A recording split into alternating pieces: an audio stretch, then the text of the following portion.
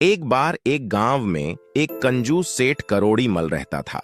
वह अपनी कंजूसी लिए पूरे इलाके में प्रसिद्ध था कि यह तो कौड़ी कौड़ी के लिए जान देता है। एक दिन उसे अपने से भी ज्यादा कंजूस व्यक्ति के बारे में पता चला। उसके मन में आया कि चलकर देखना चाहिए कि कोई मुझसे भी ज्यादा कंजूस कैसे हो सकता है। वह अगले दिन सुबह उस कंजूस सेठ के घर पर पहुंच गया। उस समय वह सेठ घर पर नहीं था। सेठ करोड़ी मल ने उसके बेटे को एक कागज दिया जिस पर 4 आम बने थे और कहा कि परिवार के साथ मिलकर बांटकर खा लेना।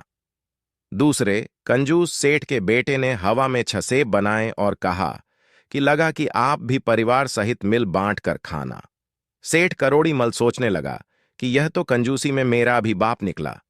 मैंने तो कागज का इस्तेमाल किया, उस पर पेन की स्याही से आम बनाए, लेकिन इसने हवा में ही सेब बना दिए। कागज और स्याही का खर्चा भी बचा लिया। जिसका बेटा ऐसा है उसका बाप कंजूसी में कैसा होगा। एक बार तो उससे जरूर मिलता चाहिए। वह उस सेठ के घर के बाहर उसका इंतजार करने लगा। कुछ समय पश्चात वह सेठ वापस आ गया तो वह बाहर खड़ा होकर उनकी बातें सुनने लगा।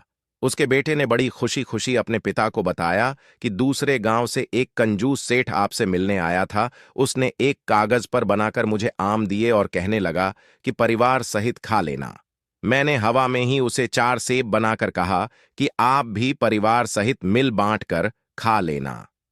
इतना सुनते ही कंजूस सेठ क्रोधित हो गया। तो बाहर खड़ा कंजूस सेठ सोचने लगा कि यह इतना क्रोधित क्यों हो गया। उसके बेटे ने तो हवा में ही सेब बनाकर दिए थे। वह सेठ अपने बेटे को कहने लगा कि अगर उसने आम दिए तो तुमने सेब क्यों बनाकर दिए।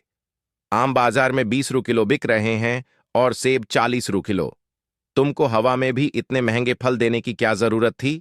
आगे से इस बात का ध्यान रखना।